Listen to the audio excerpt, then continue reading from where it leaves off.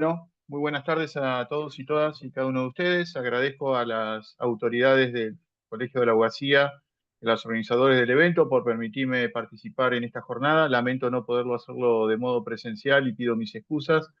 Ruego me disculpen porque estoy transitando un posoperatorio luego de una operación de una hernia umbilical, así que lamentablemente tengo restringidos mis movimientos. De todos modos, quise estar presente. Voy a ser muy breve por el tema del horario. Indudablemente estaba previsto en un horario más temprano. Sé que todos estamos fatigados y puntualmente ustedes. Así que simplemente voy a hacer algunas menciones respecto de el recurso de apelación en materia en materia de honorarios. Como punto de partida, cabe referir de que hay que señalarlo que el microsistema de la ley de honorarios, de la ley 14.967, es de orden público, por lo tanto, no aplican las normas del Código Procesal en lo que esté expresamente previsto, por ejemplo, las limitaciones que existen en materia de admisibilidades de apelación en los procesos sumarios 484 y, perdón, 484, 494 y sumarísimo 496 no van a ser de aplicación, por lo tanto, todas las resoluciones, más allá que el 494 y el 496 dicen que determinadas resoluciones son apelables, por el artículo 57 de la ley, este microsistema, que además vuelvo a repetir, el orden público, todas las regulaciones de honorarios con las salvedades que haremos a continuación, son apelables. Por otro lado, la propia ley, en el artículo mencionado, como les decía, el artículo 57 de la 14.497, determina un recurso de apelación directo, cuya fundamentación es facultativa, de la cual no corresponde correr traslado, vamos a hacer luego una salvedad, y en principio sin imposición de costa para los letrados, conforme el artículo 27, inciso A de la ley referida.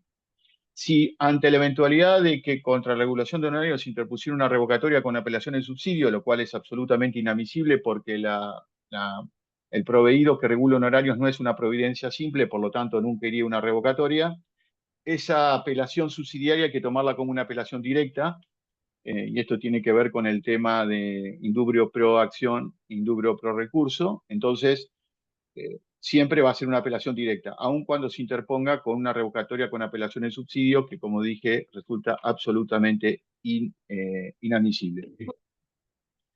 En segundo lugar, si lo que se va a cuestionar no es la regulación en sí, ahora vamos a ver, la regulación o la base, sino la falta de fundamentación que la propia ley impone como exigencia en su artículo 15, el recurso procedente sería un recurso ordinario de nulidad, artículo 253 del Código Procesal, que se encuentra enancado o encorsetado dentro del recurso de apelación. Eh, por otro lado, hay una posición, y acá voy a discrepar con el estimado colega Nando Valdés, al cual le mando y aprovecho mandarle un abrazo, en el que sostiene de que si en la resolución definitiva, en su libro sobre honorarios, que por supuesto tengo el consulto, si en la resolución definitiva no se difiere en la resolución de honorarios y se fijan ahí mismo, considera de que van dos recursos de apelación. Uno por el artículo 57, dos recursos de apelación independiente, y otro por la sentencia. Eh, desde mi punto de vista, considero que si se trata de la misma resolución que se está recurriendo, que es la sentencia donde además de resolver la cuestión, se fijan los honorarios, y si es el mismo medio de impugnación, esto es un recurso de apelación, no considero que sea pertinente, se puede hacer, pero no sea que sea exclusivamente interponer dos recursos de forma independiente. Creo que con la apelación de la sentencia podría incluirse todo. Claramente que, como sabemos, el artículo 57, que se determina la posibilidad de la fundamentación facultativa cuando se trata específicamente de la cuantificación de los honorarios, habría que esbozarlo en un agravio, no requiere una fundamentación,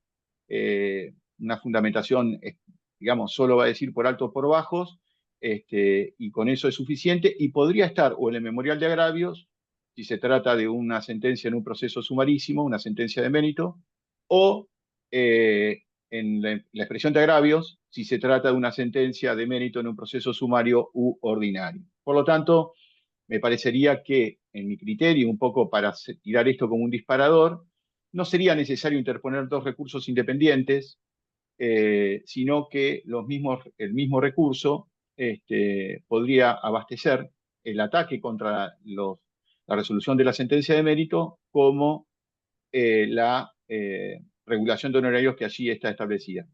En caso contrario de que no se ataque la resolución de mérito, sino la resolución de honorarios, bueno, cabría admitir directamente el artículo 57. Digo, en un sentido más aperturista, ¿no? Es decir, no cancelar una vía respecto de otra. Claramente la posición que opina lo contrario tiene criterios en forma jurisprudencial. Por ejemplo, ahí estaba el estimado colega Mauricio Janca de la Cámara de Dolores. Por ejemplo, una sentencia 80-132 del 2 del 12 del 2003, obviamente ni él ni yo entregamos en aquel momento en la Cámara de Dolores, eh, se determinaba que se requería dos recursos independientes, como sostiene el doctor Valdés, Nando Valdés, en su obra. Pero, vuelvo a repetir, yo sería más aperturista y permitiría que si se ataca la sentencia y en la sentencia están incluidos los honorarios, también se pueden no sería necesario como punto de partida interponer un recurso independiente en base al artículo 57 de la ley 14.967. Pasando ahora a la legitimación impugnativa, claramente los legitimados son los beneficiarios, es decir, los letrados beneficiarios y los obligados al pago. Y el abogado o la abogada lo tiene que hacer siempre por derecho propio. Por supuesto que se requiere un agravio concreto, cierto y personal. Ha sucedido que, por ejemplo, el justiciable que no fue condenado en costas apela por bajo los emolumentos de su letrado patrocinante. Por supuesto que carece de legitimación, porque el agravio no es personal ni directo, es el abogado por propio derecho, como decíamos nosotros, quien tiene que recurrir a esa resolución. Así lo ha determinado por falta de legitimación la Cámara de Mar del Plata en una interlocutoria del año 2018. Bueno, muy bien, continuamos. Por otro lado, respecto del abogado apoderado, ustedes saben muy bien que por la ley 5177, la ley de la colegiatura, en inciso 73, inciso 3, se determina que el apoderado tiene la obligación de apelar los honorarios de su mandante considerándolo por altos. Y por supuesto que eso no se notifica al domicilio real del mandante. Bueno, en este caso, si el abogado recurre solo por bajo los honorarios al abogado apoderado, dos cuestiones. Una, esa apelación, como hay por mandato legal, que es el artículo 73 que mencionaba de la 5177, supuestamente el abogado ha incumplido y el abogado apoderado por alto, por alto si solo lo apeló por bajo, va a considerarse que por mandato legal, insisto, remarco y subrayo, va a hacerlo también, la apelación va a ser también por altos y por bajos. Por lo tanto, de esto se exige de que no hay que reenviar a la instancia por el tema de la celeridad, justamente lo que busca el artículo 57 de la ley de honorarios profesionales es la celeridad en la impugnación de los recursos por honorarios. Entonces, como decía, en este caso se va a entender por alto y por bajo, lo cual no conlleva que se remita al expediente de primera instancia para que se comunique digamos, a quien ha sido su mandante en el domicilio real. Así lo dispuso también la Cámara Segunda de La Plata, Sala Primera, en una interlocutoria del año 2015. Ahora sí, respecto a la inadmisibilidad de la apelación en materia de honorarios, más allá que dijimos que como la ley de orden público no juega las limitaciones que puedan existir del propio texto o del plexo jurídico del orden procesal, pero la propia ley de honorarios determina en su artículo 56, por ejemplo, que no son apelables las diligencias probatorias, y esto está en consonancia con el 377 del Código Procesal, que sean necesarias para la determinación de la base arancelaria, es decir, cuando se van a realizar evaluaciones o tasaciones. Esto es inapelable en base al artículo 56 y está en concordancia, como les mencionaba, con el artículo 377 de la ley de... Discúlpeme que si voy muy rápido, pero no quiero abusar del tiempo, dado el horario y el día.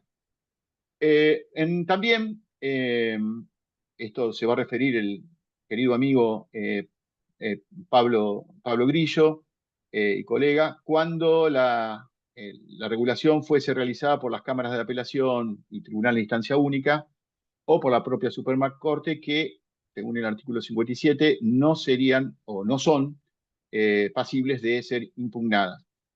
Digo, en el caso de que se trate de las cámaras de apelaciones, más allá de que no admite un recurso extraordinario, en principio, seguramente las excepciones va a ser motivo de la disertación que continúa la propia. En principio, como decía, puede ser posible de ser impugnadas o cuestionadas a través de una revocatoria in extremis ante la misma Cámara que dictó la resolución. Por supuesto que se requiere un error manifiesto eh, que, que, que conlleve una injusticia notoria.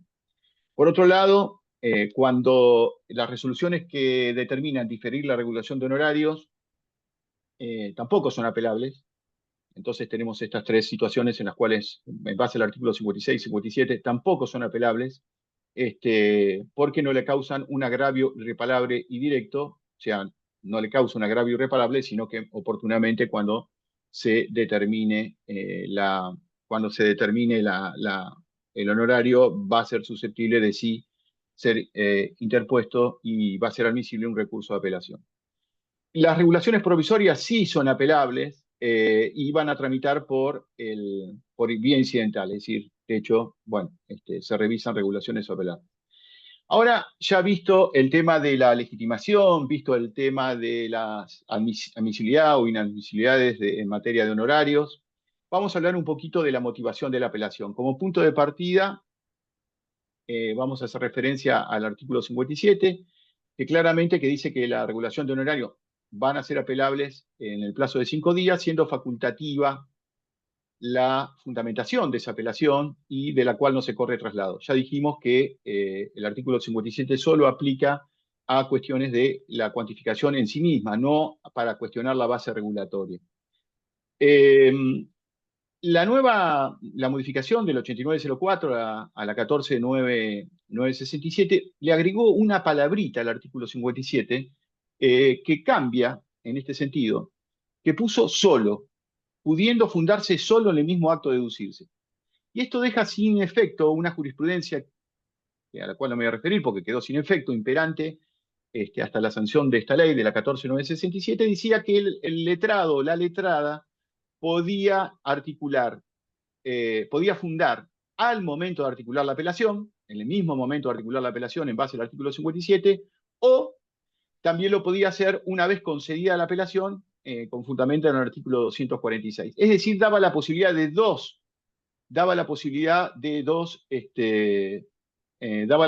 no veo el cartel, así que si quieren decírmelo, los agradezco. Claro, decíselo verbalmente. Falta un minuto, doctor. Bueno, en un minuto va a ser imposible terminar esto, pero bueno, quiero decir... Vamos a proporcionar material a la comisión y lo podemos difundir a requerimiento de los interesados. Bueno, muy bien.